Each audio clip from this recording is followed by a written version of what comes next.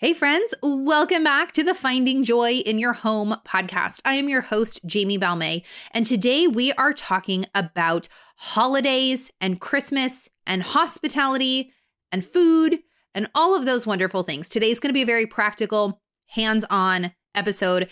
Perfect timing if you're listening to this right before Thanksgiving, because really right now is the beginning of hospitality, food-related things as we get through the holidays. Now, this episode really could be applied to any time of the year, but especially as we are coming up on the holidays, this is a big deal because there's so many hospitality-related things that can happen and so many things that can end up on our list. So if you missed the last two episodes, go back and listen to those. I had Lisa from Organize 365 join me, and we were talking about planning, like getting things practically planned out. The episode before that was Mindy from Advent Prep Club, and we were talking about making Advent special for your kids and how to do it in a way that is peace-filled and fun and adding to your family instead of taking away by trying to do all these crazy things. So both of those episodes were fantastic. And now today we're jumping in with hospitality and the holiday season. All right, I only have one gigantic announcement for you before we jump in. So our Christmas shop opening is going on right now. The shop will be open through December 1st. We do have a couple of items that are limited quantity that will sell out, but the rest of our stuff, all of our print materials are all just going to be there. You can order through December 1st. We're not running any Black Friday sales. There's nothing like order when you can order. The prices are all going to stay the same.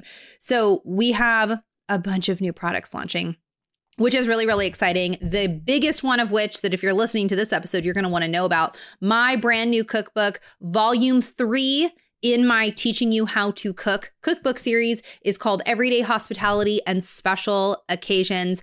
It is all about hospitality, food, the practical things we're talking about in today's episode. You can find so much of that right here in this volume. It's part teaching guide and it's part recipes. So this is the cookbook that I wish that I had for years. This is brand new and it's just, there's so much packed into this. So you can head over to findingjoybookstore.com if you want to go check that out. We also have classic books that we are reprinting. We've got, just a million things. We've got embroidery kits. We have all kinds of fun Christmas stuff. So you can go check out my cookbook series there. Really fantastic items just in time for Christmas. Everything will ship in time for Christmas. So if you want to go check it out, go to findingjoybookstore.com to go check it out. All right, so we're going to dive in now. You are going to hear from our sponsors for today's episode, HelloFresh and Honeylove. But right now, I really want to jump into the meat of this. So as we're preparing for the rest of November, heading into December, you might already feel squeezed for time. So our November already feels very full. I have a lot of things on the schedule, and there's a lot of hospitality things coming up on the schedule. We've also had sickness this last week. We had a cold, and a lot of our friends, I think the sickness is kind of working its way through our church right now because a lot of friends are dealing with sickness. And it's just that time of year where all of these commitments, all of these different things kind of coalesce all into this same time period, the same like 6 weeks that feel crazy or can feel crazy. So one of my goals as I head into the holiday season is I don't want to feel that rush and that overwhelm. And I don't want to get to January and go, oh, I'm so glad that's over. I want to be able to enjoy it, and I want to create a peaceful home environment for my family so that we can focus on Christ, so that we can focus on serving one another and loving one another and having a joyful, peaceful time throughout the next 6 weeks or so. And then you've got New Year's after that, and it just kind of snowballs into all the different things. And one of those big things that we end up doing a lot of is hospitality and food things and parties and cookie exchanges and making food for our own families and Thanksgiving dinner and Christmas dinner, all the food things. And I think it can get really, really overwhelming. So I have got how many things? I have got 5 things I want to chat about today. So the first thing, as we're preparing for this holiday season with hospitality and food in mind is that we, number one, need to remember the real reason for extending hospitality this holiday season and anytime throughout the year, but especially during the holiday season, there is very much a temptation to get wrapped up in all the to-do lists, the decorations, trying to make things perfect, and maybe focusing on things that aren't necessarily bad, but can become bad when we have too much focus on them. So I don't know if you guys have seen on social media, there is this viral Christmas tree that's going around. Like a lot of influencers have this viral Christmas tree, and it's beautiful. It's a fake tree. It's from Home Depot. The funny thing is, I saw one person share this tree last year, and Jason and I both we would like a new tree. We've had our fake tree for like 8 years. Half the lights on the bottom don't work, or they'll work, but they flicker on and off. And I mean, our tree is beautiful and we're very thankful for it, but we're starting to think, hey, in the next couple of years, we're going to need a new tree. So I saw one person last year talking about this tree, and it is beautiful. It's got beautiful twinkle lights, and we started talking about getting it. And our budget was really tight last year, as it is this year. And so I was like, it just got into my brain, and I was like, oh, I really want that tree. It's so gorgeous and it's got the twinkle lights. So we went to Home Depot and we looked at it, which apparently this year you like can't even find it. It's like crazy.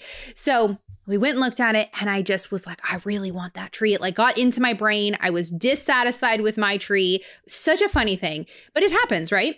And it is gorgeous. It was a really, really beautiful tree. We were in a new house. It just felt like, and we just looked at it and we're like, we can't. There's no way. This is not how we should be spending our money. We need to be very happy with the tree that we have, and no decor we own is very expensive or fancy.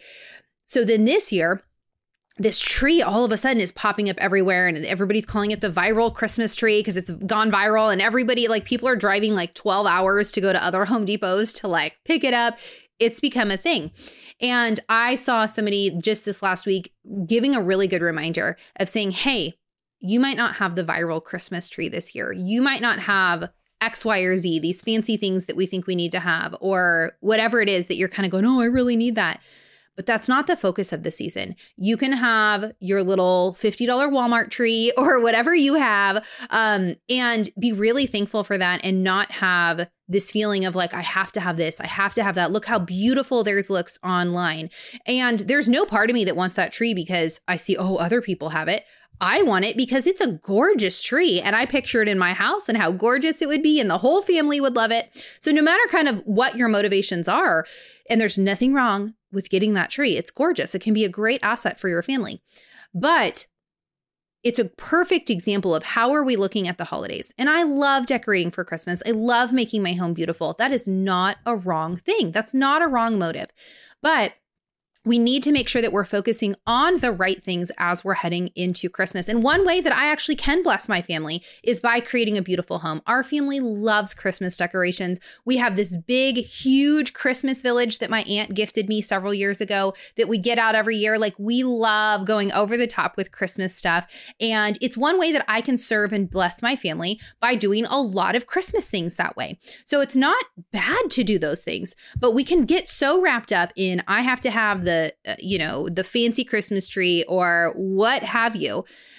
And we get so wrapped up in all these ancillary things when it comes to Christmas. And this then bleeds heavily into our extending hospitality, because we think of extending hospitality, throwing a Christmas party, even just normal hospitality on a week-to-week basis. And we can get very wrapped up in having a fancier setting and having fancier dishes and making sure that our food is really good. Like, there's nothing humbling like making food for a whole group of people and then it like utterly flopping. And then you realize, this is not about me. This is not about me.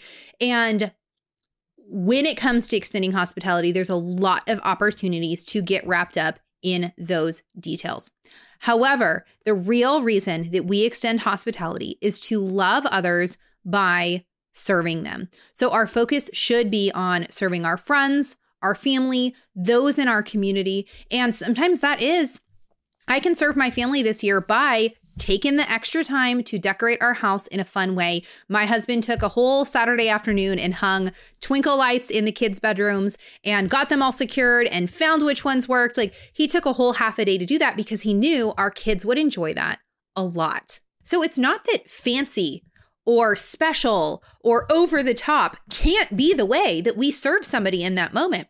But when we make that the focus and make ourselves the focus through that, because it's our decorating skills, it's our fancy house, it's our cooking, or our, whatever. You could play this out in a million different ways. But when we make that about us, that's when our hospitality goes the wrong direction, because it's not about us, it's who we are serving. So when we can make a heart shift towards service, it makes all the difference. And I really think this is where we as moms, especially we as women who are running these households, doing so much of the work, we need to remember this, because honestly, 99% of the time, Christmas is really special for our families because of the work that we do. And it's just a fact. Moms do more than anybody else during Christmas time. And there's a huge tendency to go, poor me. Woe is me. I'm doing all this work. Nobody said thank you. They don't even appreciate. I put all this thought and time in. Nobody thought of me for a gift. And we can become very, very, very self-centered. I'm not saying that other people don't have sin. Maybe they legitimately did hurt your feelings. Maybe they were being selfish and they weren't thinking of you. But we do have the absolute tendency to then make it all about us. What we're doing, the work we're doing, poor me. We can become victims when it comes to Christmas. And so many women hate December because it's just so much. So we want to really rewrite the narrative that's going on, right? We want to look at how can we serve and bless others. And sometimes that means doing less because our family doesn't actually care. They don't actually care about these things that you're trying to make happen. And maybe recognize, if you want everybody in matching jammies to take a picture, recognize that maybe that's just for you and your kids don't care. Maybe some of them do, maybe some of them don't, but recognize that and be okay with that. You want to get that picture. This is for you. That's completely fine. Don't expect them all to be thanking you for it, maybe necessarily. And maybe there's other things that you're trying to kind of force into the routine that's not what everybody wants. Maybe you're trying to do too much. Maybe we need to simplify things. So I think, and that's where if you listen to Lisa Woodruff's episode from last week, we were talking about planning, and she really talked a lot about that, which I think she had so much great wisdom in that. So go back and listen if you're struggling with that. But if we have a heart shift towards being selfless, making special memories for our family, laying down our lives for our family, for serving Christ, then we actually have so much more joy as we are focused on serving and loving other people. So I've got 3 quick verses for you on hospitality. These are great ones to ruminate on.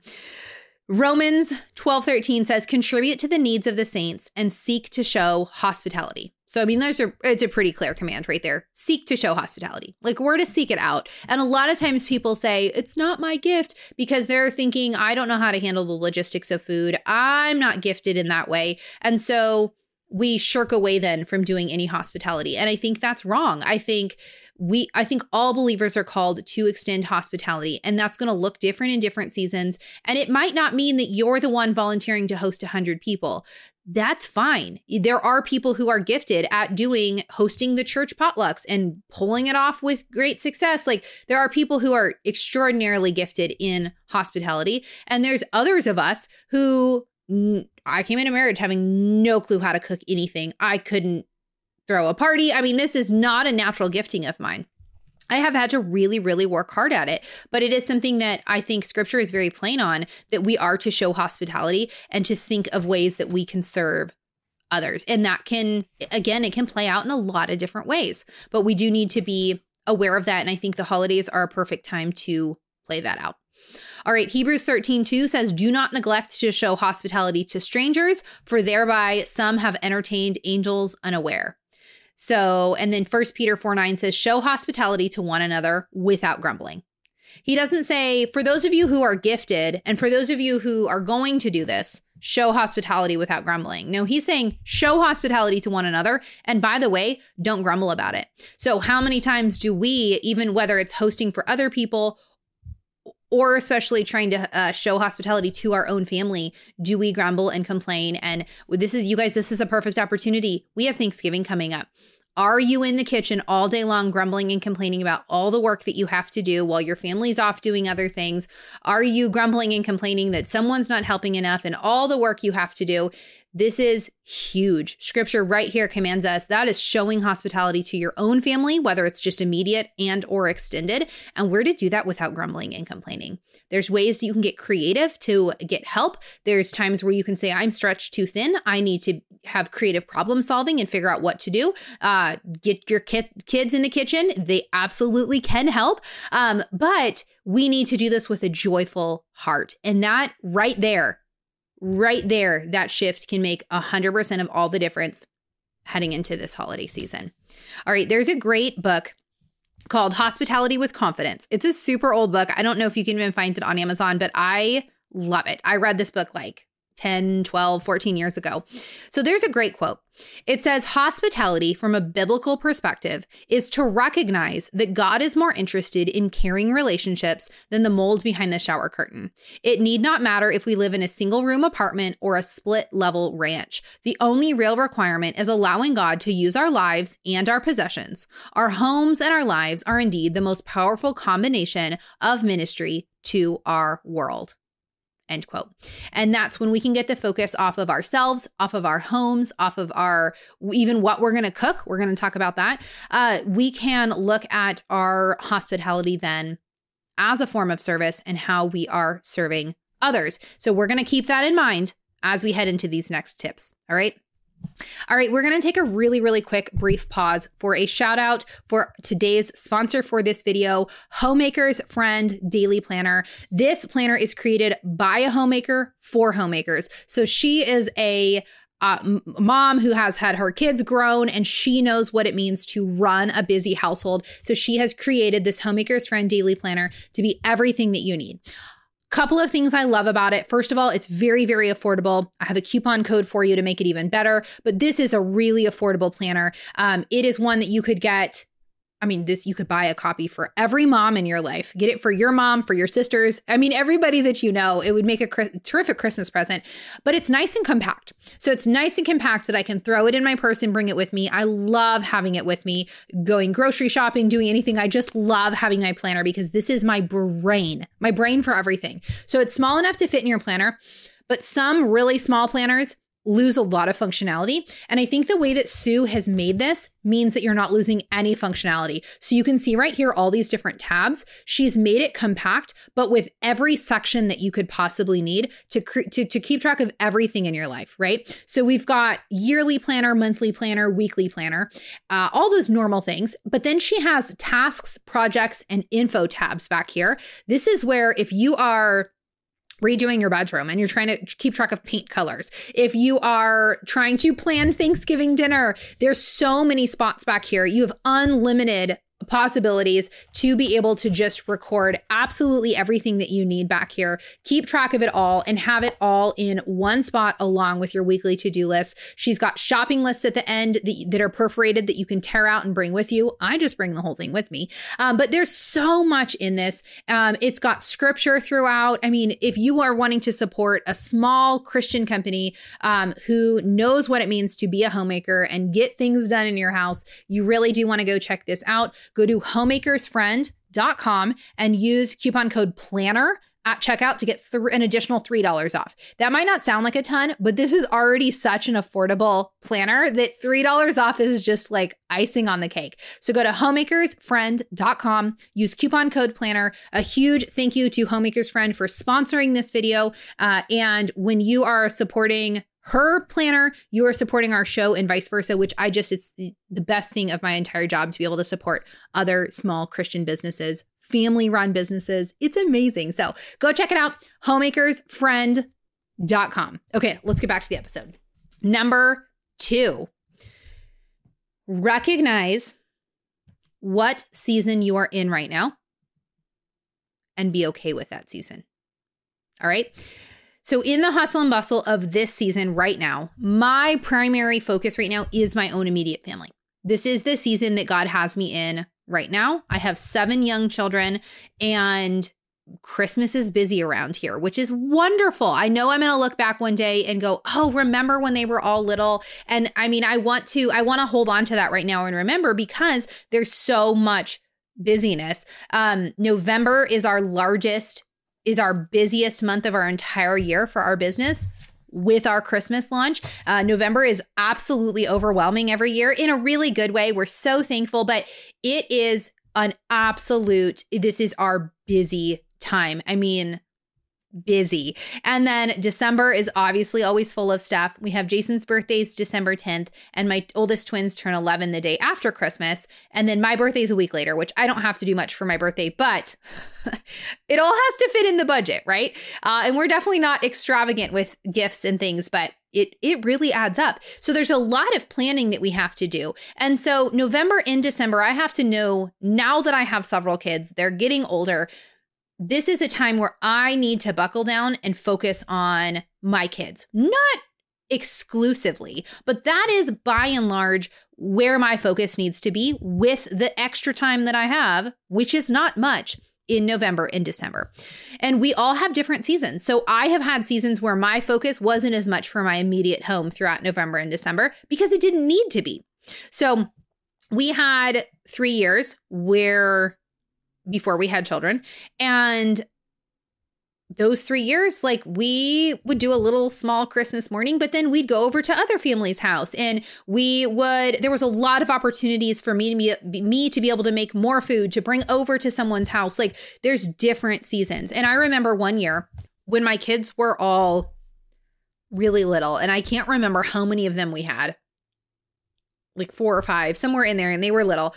And they were young enough that they didn't know what Christmas was. I mean, Thanksgiving was. They didn't care about traditions yet. We had 5 kids, 4 and under. So it might have been that year, or it was the year before. So they were all they were 3 and under or 4 and under. So we're talking little preschoolers. They don't really know what's going on. And so I had the opportunity to host my family. And this was shortly after my mom had passed away. So she was kind of the hub of the family before that. So it was shortly after she had passed away. It may have even been, no, I can't remember now. It's okay. The timeline does not matter. I'm telling stories. Okay. So sometime. And so I had the opportunity to host for my family, for my dad, for my brothers, for their girlfriends, and then also for my aunt and cousins who were coming in from out of town. And it was definitely in a situation where I was cooking 100% of all of the food. So I hosted the entire thing. I made 100% of everything. I did all of the drinks. We had all of the paper plates and all of the cutlery. We did everything. And it was work, but it was also an opportunity that I had to be able to serve my extended family. We didn't have some of our normal routines, our normal traditions, which we were still establishing. My kids were so little, they didn't care. They were happy. Papa was here. It was a perfect opportunity to do all of that work and to be able to serve in that capacity. And my year this year, with having our Christmas shop launch, with having 7 kids, I couldn't do that this year. I would have to say, I can't take that on. We can order some pizzas and you can still come over, but I wouldn't have the capacity to do what I did in that season. And so and that's okay, because this is what God has for me for this week and what he is calling me to. But if I did try if somebody asked me, hey, Jami, can you host for that next week? My temptation is to be like, sure, I'll figure it out. That would be the wrong thing to commit to right now this week for me, to say, yes, sure, because it would end up hurting my family. It would end up being the wrong commitment. It would be a good thing that I would need to say no to right now. So we do need to recognize that. And there is a lot of wisdom in learning what you can say yes to, what you can say no to. And I do think we tend to fall into one of 2 categories. So recognize where you're at and where you need to push yourself. I fall into the overachiever category, where I will say yes to absolutely everything and think that I have unlimited time, when I'll say yes to 500 things and I have time for 2 things. I am growing in that. I am working on that. I am learning. I'm also older and I'm more tired. I don't have the same energy I had at 22. It's just a fact, right? And so I can't get quite as much done as I used to. And I have more children. I'm going to recognize that. I'm going to grow in that. I'm going to learn that I need to not so quickly say yes. I have friends, though, who are in the other category where maybe they don't feel as confident in thinking they can take something on. I'm more like, well, I'll just figure it out. I have friends who are more like, oh, I can't. It's too much. I can't figure that out. It's too hard. And they tend to downplay what they actually could do. And they'll say no to things because they're maybe nervous or they feel like it's too big. Maybe this personality over here needs to work on pushing herself a little bit more. And that maybe there are times where you could say, yes, I can bring some food and I'm going to make it happen. I can do this. So recognize it's not always about saying no to everything. There are absolutely times when we say yes. And in fact, me saying no to someone asking me to do something over the top next week would be in preservation of me being able to say yes to my family because we have a very special Thanksgiving planned, just the 9 of us. And so recognize where we're saying yes, where we actually do need to say no. And sometimes we say no because we're selfish. We say no because we don't want to take the work on or we don't want to do that thing, but God is asking us to say yes. So be really, really clear. Is it yes? Is it no? Pray, ask for God's wisdom, and follow your husband's leading. If your husband's like, this is too much, you need to listen. Listen and say, okay, I'm not going to do that. Or if he's like, hey, I think we really should consider saying that we can host. Even if that scares you, talk to him and follow your husband's leading in that. Our husbands can have a lot of wisdom and can sometimes see the opportunity better. And I have learned to be like, Jason, there's this really cool, I had this great idea. What do you think? And half the time he's like, yes, do it. Other half the time he's like, you're crazy. There's no way that's going to happen. And I'm like, yeah, but, and he's like, no. And I'm like, okay, you're right. Like our husbands can be a huge help in that. Okay. All right. So recognize that. What season are you currently in? All right. So now let's talk about some practical things to help. Number 3, here are some tools that make hospitality a little bit easier. This is in my experience. All right. I am not a super fancy hospitality giver. And a large part of that is because I have 7 young children and we don't have a big budget. So I think fancy dinners can be wonderful. I think there's absolutely times and places, and we try to do fancy dinner, what my kids call fancy dinner, whereas like we just get like our dishes out, like we don't even do anything fancy, but we set the table up in a nice way. So we'll get like my placemats out that I bought and we'll light candles and we just make it more formal and we'll get wine glasses out. And, we just make it more fun, even though nothing we own is very fancy, right? With 7 young kids. And our kids love it. They're like, can we do fancy dinner? But when I'm serving hospitality and it's often for larger groups, because we're already 9 people. So by the time you have anybody over it's already, kind of big. And, but we host for 50, 60 people. And my focus is not usually fancy. While there's nothing wrong with that, my focus is practical, which actually we're going to talk about in point number 4. So what I'm looking for with hospitality accessories, things to help, is things can be beautiful, but they need to function really well. So if you're going to be doing paper plates and bowls, which please go for and do, just make sure you're getting sturdy ones. I am very cheap and I will tend to just buy the cheapest of the cheap ones and then they fall apart. It doesn't work well. We need to be thinking about functionality when we're doing hospitality. So you do need to splurge a bit for the sturdier ones. Paper plates are pretty easy to get sturdy ones. What I have found is hard is bowls. So we do a lot of soups for groups, especially throughout the, fall, winter, and spring. And soup is the one thing that's really, really hard. Bowls are hard. So I have found I will order like super sturdier ones off of Amazon and they're just worth it, especially because when you're serving hospitality, a lot of paper bowls are tiny. So people are getting like this much soup. It's super hot. It starts to leak through the bottom. Soup is hard. So invest in the better quality bowls and plates. Getting the sturdier plates is really helpful, especially when you're hosting a large crowd, because people are walking around with their food. They're not necessarily sitting down at a table. So really having the better plates and bowls is great. I also think starting to invest in real bowls and dishes is wonderful for extending hospitality. And we do not have enough. If we had a large group over, we do not have enough of those right now. But it's something that we would like to do. So we have friends. Oops, I'm hitting the microphone. We have friends who've slowly been starting to collect their own bowls and plates. And they hosted 60-ish people a month or so ago. And they actually found these huge, big glass dinner plates at Walmart. And I forget how much they were, but they were like $1 or $1 something. And the husband drove to 3 different Walmarts and like cleared each one out and got all of these plates to be able to have. And they just have this as their stash of hospitality plates now. And I think especially for budgets, we always think of paper plates as being easier, and yet paper plates can get really, really expensive. And so in doing some investment in that, especially if you're going to be hosting a lot, can be such a blessing. You don't have to worry about the quality then. They're going to be nice and sturdy. And their next thing that they want to invest in is bowls. And I think it's so smart, and it's something that I would absolutely love to do, even if you have to store those under beds or in a garage. Like, we don't have a lot of space, and still it can be really, really worth doing. But you don't have to either. You can use paper plates. It's totally fine. All right. Another item that has been very, very helpful for us is our 50-cup coffee percolator.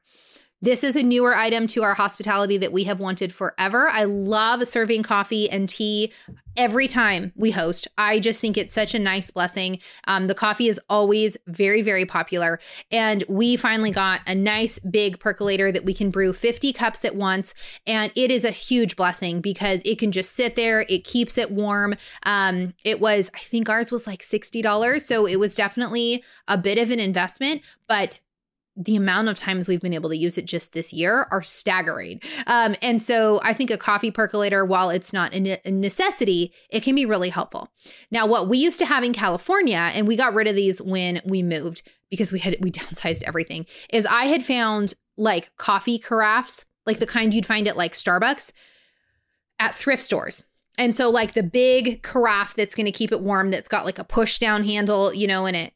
The hot water or the coffee comes out. And those are great because you can have a full pot of coffee in those while you're brewing another pot. So that can be really helpful. And that's a much lower cost way to be able to have hot water and coffee. In fact, I'd like to get another one of those for hot water eventually. But right now we just have our electric kettle and we plug it in right next to the coffee percolator, and our kettle will just automatically keep it at the right temperature, like it'll turn it on when it needs to. And so we keep that right next to it with an assortment of tea. So it's a really simple thing. We buy decaf coffee in bulk to be able to, we like to offer decaf coffee. And you guys, the secret is if you have good decaf coffee, even coffee snobs can't tell that it's decaf. People get a reaction that decaf coffee is terrible because decaf coffee tends to be a lighter roast. Even like at Starbucks, we don't go to Starbucks, but I hate Starbucks's decaf because it's a really light roast. It's not a light roast, but it's I think they call it like a medium, but I hate it. It's trash. Well, it's because it's the roast that they're using. You can get good decaf coffee, okay? And people who like caffeine really aren't going to care that it's decaf and it's good. And we've never had somebody be like, oh, we try not to serve trash coffee. We actually want to bless our people and make it really decent coffee. And then the people who cannot have caffeine are very, very thankful that it's decaf. So I serve decaf across the board. And I think it is very helpful, and just get a good decaf and you're good. Okay. All right. So, and I like having that. I love having a coffee and tea spread. It is always such a popular thing, especially because when we host, we really want people to feel like they don't have to rush out the door right after eating. And sometimes you might have the intention of that, but then you start cleaning up and dinner gets cleaned up and people are just kind of sitting around. People start to feel awkward and are like, well, I guess I should head out. And somebody else says so. We want people to feel like they can stay. And so I always will plan coffee and tea to come out kind of right after dinner, desserts kind of following, and people, you get that signal that we're just bringing more stuff out. Sit and relax and enjoy. And if you have to leave, that's fine. But we're also not rushing you out because it can feel awkward as a guest to know, like, have we overstayed? Should we leave now? And so we want people to be able to leave when they feel comfortable leaving. All right. The next one that is awesome, I highly, highly recommend this, is to get a drink dispenser.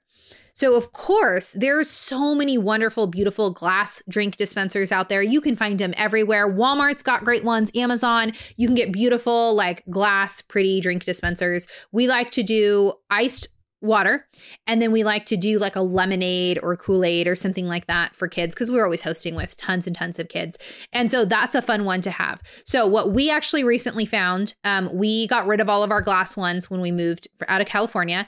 And I think we had several that broke. I don't remember. So, and actually, no, the two that I have now, we use for kombucha. So those must have been the ones that came from California. So I do have 2 big drink dispensers. We use those for kombucha. So this year we just went and bought new ones, and we have been on a very tight budget this year. So Jason went to Walmart and I was like, well, just tell me, I don't want to spend $45. Like, tell me what you can find. So he found, I should show you, they're in the garage. He found these giant, it's a 5-gallon drink dispenser, this big old plastic thing with a handle on the back. And it actually looks decent. It does not look like crummy, but it's plastic. It's not glass. It's not as fancy, but it's 5 gallons. And it was $14.99. $14.99. So where he's going back to get a second one so we can have water and we can have lemonade. And it has been, we've actually had friends ask to borrow it for their hospitality. It has been such a blessing. And that's another thing where like I couldn't even find a glass one that was 5 gallons. And every time we have used it for hosting parties, the 5 gallons has been completely drained. So it has been so worth it having that big amount that we can brew at once. And it's $15. So you don't have to invest a lot in some of these things. My last hospitality thing, there's more things we could talk about, but my last tool is to get a crock pot, a slow cooker with a locking lid. I have I think mine's a Hamilton Beach. I'm pretty sure it's a 10-quart crock pot. So this thing is massive. It's the biggest crock pot I've ever seen, which is great for our family and for hospitality. I can just load it up.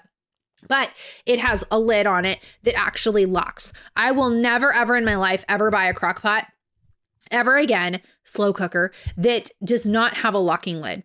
It is so wonderful in so many different situations. So you can, we will bring it. We have a church potluck once a month at our church. I can easily just bring it. You lock the lid, throw it in your car. It's amazing. We will bring crock pots of stuff over to friends' houses. I'll do like bacon, mac and cheese. You lock the lid, which that's not going to spill as much as like a pot full of soup.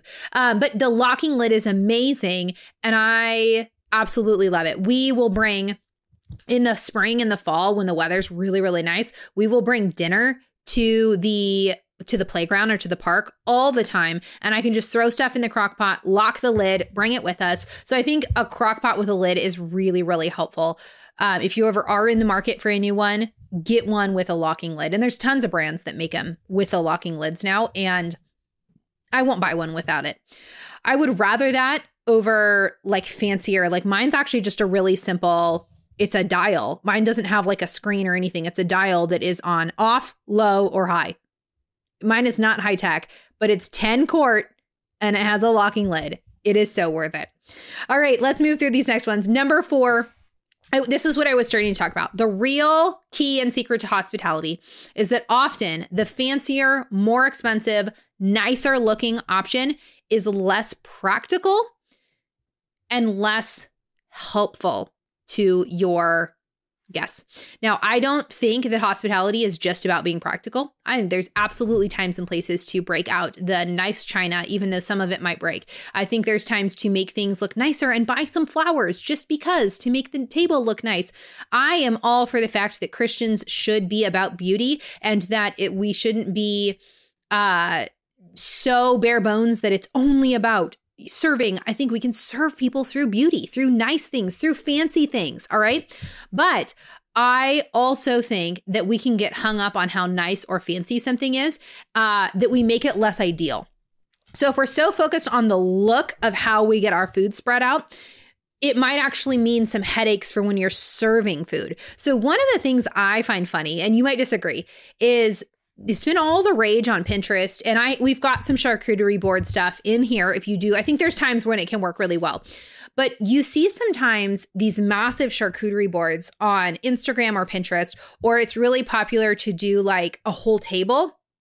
and put out this like really fancy charcuterie board, like all over the entire table with things here and there and like dips that are like on the brown paper. And it looks amazing when it's first put out. The reality, though, is when you're hosting for a large group, the second that people start going through that line to get food, it looks really gross really fast. Like it's not as much as that aesthetically looks really great for maybe a cookbook cover or on Pinterest. The reality when you're serving is that it gets really messy. Stuff starts spreading out. I mean, you spent all this time on this really fancy setup. You get 20 minutes into serving food and you're like, this is not working well. This doesn't look appetizing now. People can't get what they need. And I have found through trying to do fun things like that a lot of times those fancier conventions where we're trying to make it like look really cool, it ends up not serving our guests the way that we intended. And so that's fine. I mean, try it out. And if it fails, that's okay. This is not about being perfect. I love doing charcuterie boards. I think you can make them really fun. But also, if you've got little bowls of individual stuff and maybe it doesn't look as fancy or as incredible as Pinterest, it might actually be serving your guests way more. So think through that. Think through the practicality. So when I'm hosting for 50, 60 people, I'm really thinking practically it's going to serve my guests way better if I move them through this line in a much more efficient way. If people are bumping into each other, they don't know which way to go, they can't find the food, where are the forks at? That's not serving them as well. Even if maybe then the setup I get to is a little bit uglier and not as fancy or not as nice, that is serving them better by having a better flow. So I'm really thinking through, where's the flow going to be? Where are they entering? Where are they going around? How are they getting to their food? And a lot of times that functionality does take a bit of a precedence, especially when you're hosting for a larger group. You need to think through children. What are children going to be using? Where are they going to be? There's a lot of practical things to think through that a lot of times you're ending up a little bit less fancy, but you're serving your guests better. And that's what we really want to get to is how can we, it's not about me or my fancy skills or how pretty I can make the table, but how can I make it pretty, but also how am I serving my guests? All right. Number 5 is if you are overwhelmed with the coming holidays and hospitality, I really want to encourage you to work on your food. I want you to work on your food. So I find that the number one place where people often get overwhelmed is with the food. And I get it because I have been there, my friend. A lot. So yes, the cleaning can feel overwhelming if you're not used to hosting. The logistics of like, where is everybody going to sit? What are we going to do? There are other parts that for sure can feel overwhelming, but food is the place that people really get stuck. It's what makes people not extend hospitality. It's what stresses people out when they're like, pluck up the courage to say, yes, come over. And then you go, what am I going to make? So what I want to encourage you is that you can do this. Even if you're not natural at hosting or cooking. I had no idea how to cook. I had no idea how to cook for a party. I had no idea what to serve. And I still get stuck sometimes where I'm like, I don't know what to serve this week. Food can be really hard. There can be people who have allergies and you don't know what to serve. It can feel overwhelming. So what I want to encourage you to do is to come up with a list of 2 to 3 different meals that are your go-tos for hospitality. So one of mine is homemade rolls because I know how to make homemade rolls like the back of my hand now, and soup. So that's a very easy thing for me to throw together. It's always a crowd pleaser. I will usually make 2 or 3 different kinds of soup because I want to be able to hit different preferences, maybe a more kid-friendly one, maybe a curry one. Like I like to play with it a little bit, but they're very easy for me in this season. I don't have a lot of extra time to be making meals that are going to take several hours. Soups I can throw in the Instant Pot or the crock pot and be done. I can clean up 3 hours before the guests arrive. Like it is so easy. So that's one of my absolute go-tos. I'll do rolls and soup. In fact, I don't have it in front of me. Cookbook number 1 of my cookbook series has my rolls recipe and several of my soup recipes. So I've got my sausage lentil soup. I mean, that is like an absolute, it's probably my number one most talked about recipe in the entire cookbook. People just love that recipe. I make it all the time for when people like had a new baby, and all the time people are like, that's the best sausage lentil soup I've ever had. I didn't even think I liked lentils. My zuppa discano, pesto zuppa discano recipe is in there. There's a couple other soups, my minestrone soup. So there's several really easy from scratch soups, and my rolls are in cookbook 1. So you can go get it at findingjoybookstore.com right now. I also, one of my favorite things to do is to make homemade cinnamon rolls. I like to do also a homemade chocolate cake. Those have kind of become a specialty of mine that I have perfected over the years. I used to think cinnamon rolls were so complicated. I had years where they were okay, but like we could have bought better store-bought ones. And I kept at it and I kept at it. And now I think personally that my cinnamon rolls are like the best ones you've ever had. Like they absolutely rival like a fresh Cinnabon at the mall. Like, I mean, and they taste better because they're real ingredients. It's real butter. There's more flavor. I'm very hungry right now and I need to go make cinnamon rolls. Actually, we're making pumpkin cinnamon rolls this afternoon. I'm so excited. Pumpkin cinnamon rolls recipe is in the Everyday Hospitality Cookbook, by the way. So I now can make, so I'm making cinnamon rolls today because we are going to someone's house after church on Sunday for lunch. And so I am going to be making a couple of batches of cinnamon rolls. I'm going to be making 3 batches. I'm going to be making a batch for today because my kids are begging me and they just really want them. I'm going to make a batch for today. At the same time, I'm making a batch for Sunday, and I'm also making a batch for Thanksgiving to have on Thanksgiving morning. So what I'm going to do is we're going to fully bake the one batch today, and it'll be done, and we're going to get to eat them tonight because the kids have just been really excited. I'm going to let them help. It's going to be fun. Then the other 2 recipes, I am going to make the dough, which is the longest part. We're going to roll them out. We're going to put the cinnamon and sugar and everything in, and then we're going to cut them up and put them inside the tin. And then we're going to refrigerate one of those tins for Sunday. The other tin is going to go in the freezer for Thanksgiving. So with one afternoon, I'm getting all of these different recipes done. And then on Sunday, I'm just going to bring the tin over and I'm going to bake it at her house. After lunch is all the way done, it's going to bake so that we can have the hot, fresh cinnamon rolls during lunch or like a dessert afterwards. And then I will pull the day before on Wednesday, I will pull the cinnamon rolls out for Thanksgiving. And then that morning, all I have to do then is bake them. And then I can put just the maple frosting on top of the pumpkin ones. And it's going to be really easy then. So there's a lot of recipes like that. Homemade cinnamon rolls used to like absolutely intimidate me. That's not something I would have made for hospitality because I had no idea what I was doing and if they were going to turn out. I've done them so many times now that I can whip together cinnamon rolls in my sleep.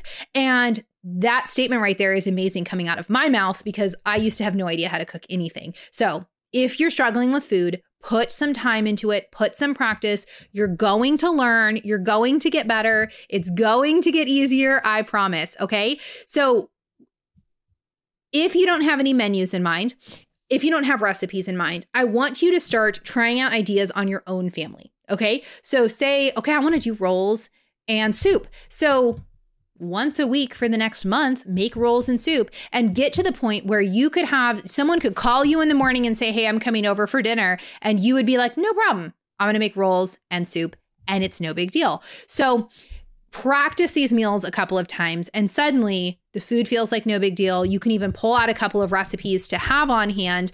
And it doesn't feel as overwhelming. It doesn't feel like it. We don't have to be gluten-free, our family, and so I've had to learn because so many people are gluten-free now and that can feel intimidating. Like I don't know how to cook for someone who can't have dairy or can't have gluten.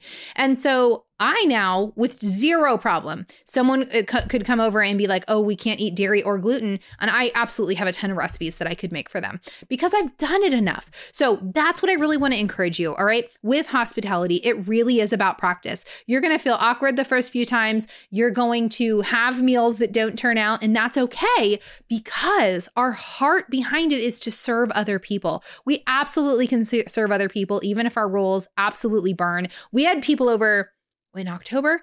I make these rolls I make these rolls weekly. I have never had a batch of these rolls not turn out. And I was so rushed that day.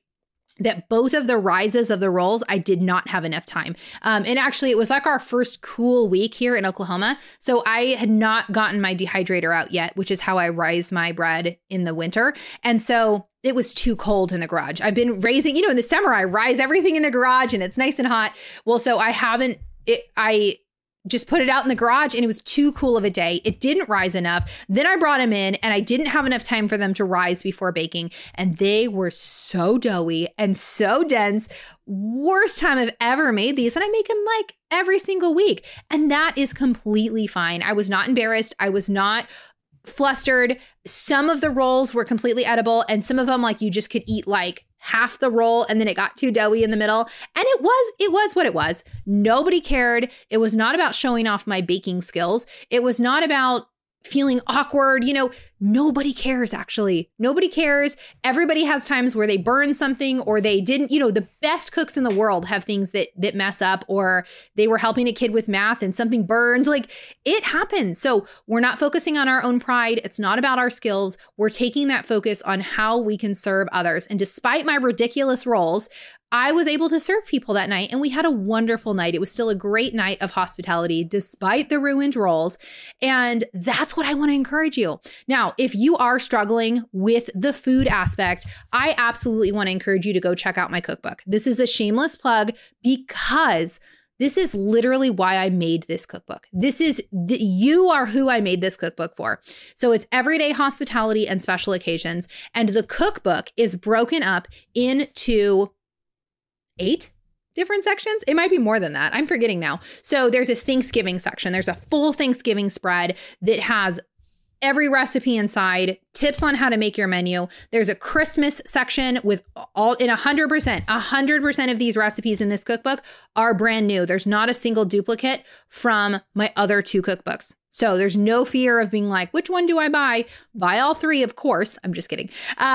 But the hospitality, it just has everything. It's got Mother's Day brunch, which is like brunch, or no, it's called Mother's Day tea, which is brunch recipes. So fun. It has a 4th of July / Father's Day, which is all like barbecue recipes or like picnic recipes.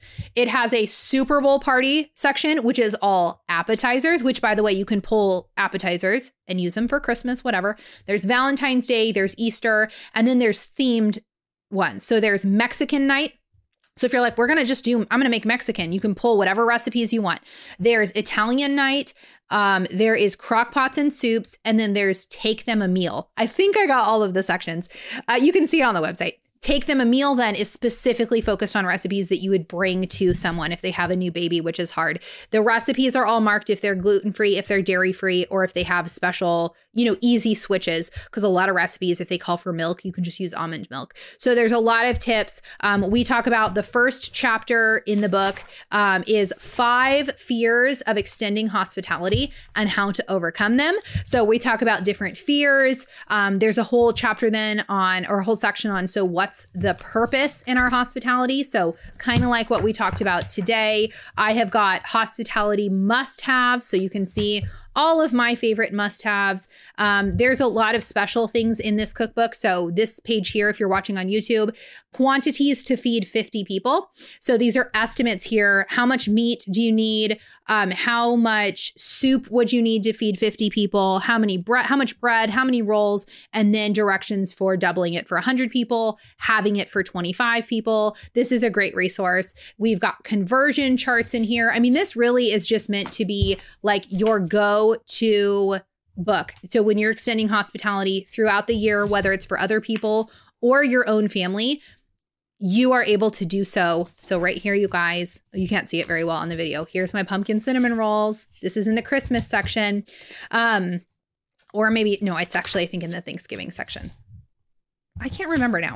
Anyway, so many fun things in this cookbook. So you can head over. We have got these print versions on sale right now. Go to findingjoybookstore.com where you can grab your copy as well as cookbooks volume 1 and 2. All the other things that we have going on in our shop. All right, ladies. Well, thank you so much for joining us today. Thank you for getting to chat about hospitality. If you guys have more questions or things you want to chat about, please let me know because we could always do a follow-up episode. maybe even sometime this holiday season if there's more things that you want to chat about. I am not like an expert hostess who studied hospitality at college or anything. These are just real tips and tricks and food and things that I have learned figuring out how to extend hospitality in my own life. So check that all out, findingjoybookstore.com. Don't forget also to check out our sponsor for today's episode. If you are looking for an affordable planner that is created by a homemaker for homemakers, then you absolutely want to check out Sue Holy's Homemaker's Friend Daily Planner. It is gorgeous. I don't know how well you can see on here, but it has got all the sections that you need for homemaking, for your to-do list, for your monthly planning, for grocery shopping, for tracking projects. It has got everything in a very simple, easy layout that you can just throw in your purse and bring with you. It is absolutely fantastic. So go check this out, homemakersfriend.com.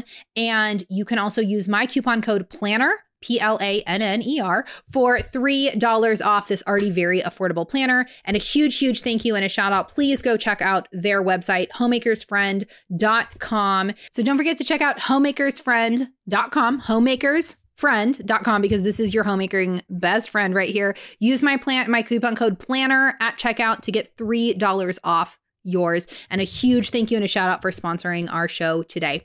All right, ladies. Well, thank you so much for tuning in with me, and I will see you guys back here next week for the next episode.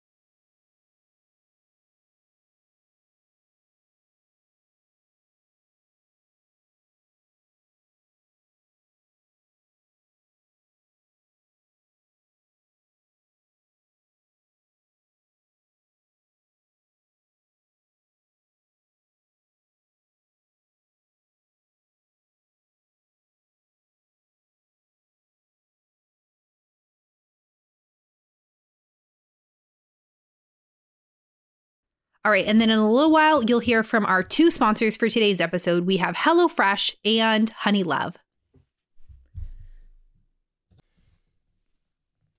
Okay, we're going to take a brief pause for our first sponsor for today's episode, HelloFresh. All right, they are a fantastic sponsor to talk about specifically today when we're talking about food and trying to get everything done for the upcoming holidays. If you do feel like you are heading into a really squeezed week, if you're wanting to fit in some cookie decorating with your kids, and there are Christmas parties coming up and all the different things, right? HelloFresh can be a wonderful thing that can kind of jump into a busy week to help you out. So with HelloFresh, you get farm fresh, pre-portioned ingredients and seasonal recipes delivered right to your doorstep. So it allows you to skip trips to the grocery store and count on HelloFresh to make home cooking easy, fun, and affordable, which is why it's America's #1 meal kit. So if you're really struggling, if you're eating out a lot and you're wanting to cut back on that, if you're wanting to eat more home cooked, fresh foods at home, but you're really struggling to put together a meal plan and to figure out the grocery shopping and all the ingredients, and you are constantly getting to 5 or 6 o'clock at night going, I have no idea what to make. HelloFresh can be a wonderful thing to step into that stopgap and help you out. So what you're going to get is you're going to get these wonderful recipes delivered right to your door. This is not like frozen meals or anything. They're going to deliver these full color recipe cards that have all the instructions you need, which I think are wonderful for teaching your kids how to cook. Hand them the recipe and say, start reading this. Let me know when you have a question. And then you get a bag that has all of your pre-portioned ingredients, but they're like real, fresh, whole ingredients. So you're going to get like a thing of garlic. Or if you need a little bit of white wine vinegar, they've got a little bottle of that. And then it's got your chicken breast and it's got your potatoes and it's got your bell pepper. It has everything pre-portioned, ready to go so that you can pull that bag out and you just start cooking. But you're making fresh, home cooked meals at home. You can take that stress out of dinner time. And I really think HelloFresh can be so wonderful when you are in one of those seasons where you're like, I don't know how we're going to get through the next 2 weeks, especially if you feel like you're eating out a ton. It's going to save you money there. And I think it can just be really wonderful. They have 15-minute meals. I mean, that is the menu to choose right now, right? They've got family-friendly options.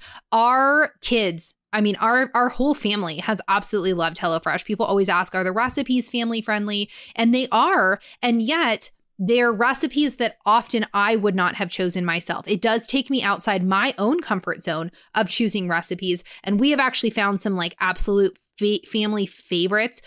We make beef bibimbap. I mean, we have been making this recipe for like 5 years now, and we originally got it from HelloFresh. So there's so many. Our family now loves pork chops. I don't know why. I had never had pork chops in my life until we got a HelloFresh box with pork chops. And I'm like, this recipe looks weird. We cooked it. It was amazing. So it's never so weird a food that like nobody will touch it, but it does sometimes get us outside our comfort zones cooking different things. And I got to tell you, that is really, really good for me sometimes. And I have found some absolute family favorites that way. So I just am such a huge fan of HelloFresh. And with my absolutely amazing deal that I have for you today, it makes it a no-brainer to go check it out. Just go to hellofresh.com/homemakingfree. So all one word, homemakingfree, and use coupon code homemakingfree for free breakfast for life. So we just got our last box that we just got had breakfast in it, which is so cool. So you're going to get one breakfast item per box while your subscription is active. That's free breakfast for life at hellofresh.com/homemakingfree with coupon code homemakingfree, FREE, homemakingfree. You're going to get free breakfast for life. So you can go check it out and get free breakfast, which is absolutely awesome and amazing for the lifetime of your subscription in every single box, which is very cool. Go check it out at hellofresh.com/homemakingfree and use that coupon code homemakingfree at checkout. All right. One thing I did want to tell you is that Green Chef, which is another meal plan kit, is now owned by HelloFresh. And so with a wider array of meal plans to choose from, there's something for everyone. We love switching between the two different brands. And now my listeners can enjoy both brands at a discount with me. So you'll hear us sometimes talk about Green Chef as well. They are both the same company, and yet they have kind of their own unique offerings, which is really cool because it means you get to try them both out, which is really cool. All right. Let's get back to the episode.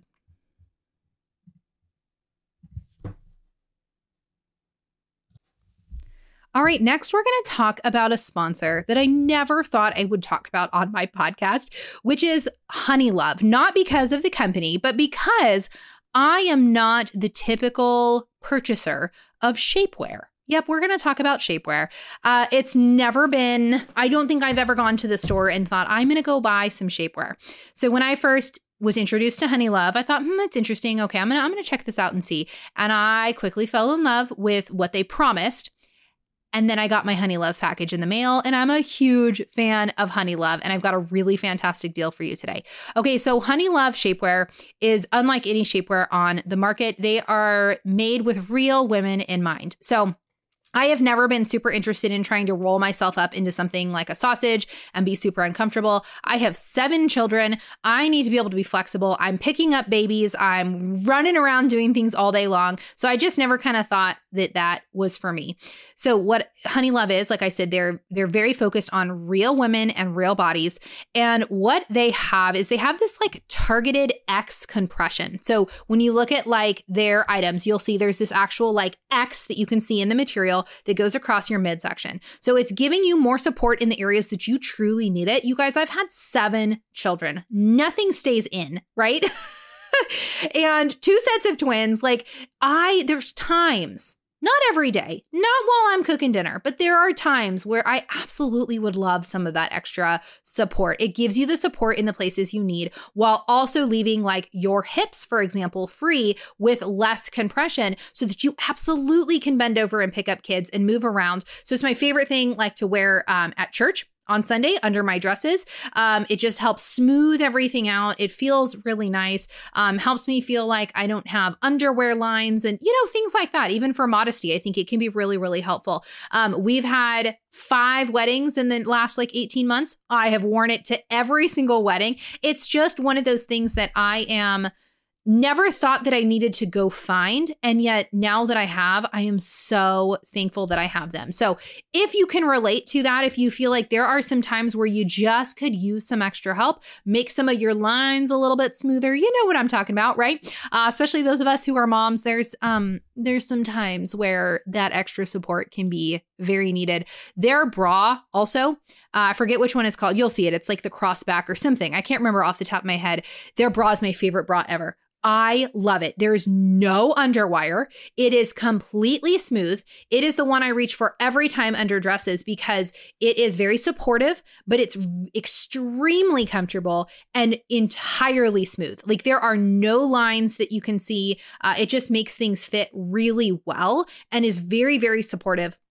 Like I said, with no underwire, it's not this like disgustingly uncomfortable thing. So I would also just go directly there to check out their bra. And I'm always looking for good quality bras, and it's very hard to know which ones are really worth it or not. So I'm giving an A+ right there for their bras. I would love a couple more, like to just have on hand and cycle through them. They're so good.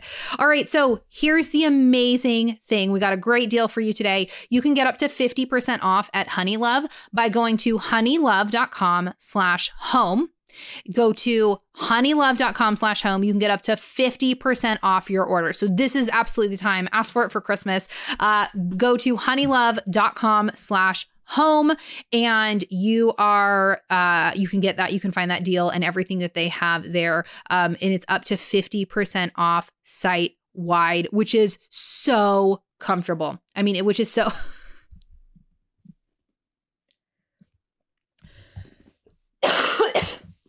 which is so awesome.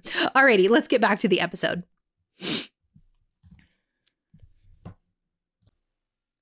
All right, we're going to take one last sponsor for today, which is Organize 365. All right, so you guys, if you saw, we had the interview with Lisa last week.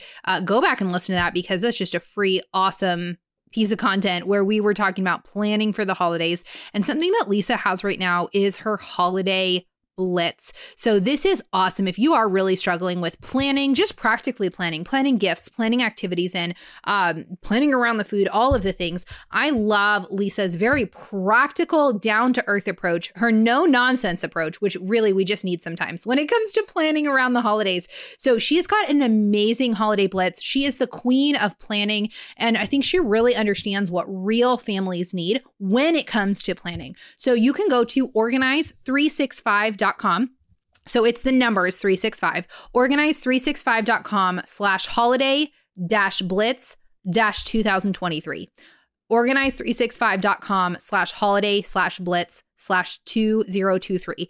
And it's awesome. She's got planning pages for you there. And she's just and those are completely free. So she's just got some like really awesome holiday planning resources. And you can also just go to her main website, organize365.com. Lisa has got an absolutely amazing podcast. And I know you're a podcast listener. So go check out her podcast and her things that she has on her website. She's got a Sunday basket whole system. She's got a Friday workbox. She has got some absolutely amazing things. And depending on when you're listening to this, she has got some amazing Black Friday deals going on, up to 50% off her incredible, incredible resources. So go to organize365.com. Not only can you find those holiday blitz planning things, but you can get 50% off one of the greatest organizational tools that you will ever have. It is an investment in your home, but it is an investment that will pay off for years to come. And she has got a Black Friday sale going on right now, up to 50% off. Go to organize365.com. Check it out. And a huge, huge thank you and a shout out to Lisa for being a sponsor for today's episode. All right, let's get back to the episode. All right, ladies. Well, thank you so much for hanging out with me today. Don't forget to check out our two sponsors for today's episode. We have HelloFresh and Honey Love. A huge thank you to them. And as well as don't forget to check out our bookstore opening that we have right now. Go to findingjoybookstore.com. We have got our Everyday Hospitality and Special Occasions cookbook. My first two cookbooks are also in print. You can buy Jason's Sterling Spectacles children book series. We have got embroidery kits. We have a National Parks coloring book. We've got two classic books that we are doing a reprint of with the most gorgeous covers I've ever seen in my whole life. We're hoping to do more of those in the future as well. So many incredible things in the shop right now. The shop will be open until December 1st. So go check it out at findingjoybookstore.com. And I just wanted to give you guys a thank you for listening into this very long episode today, but man, did I have fun chatting about hospitality. And we'll see you guys back here next week for the next episode.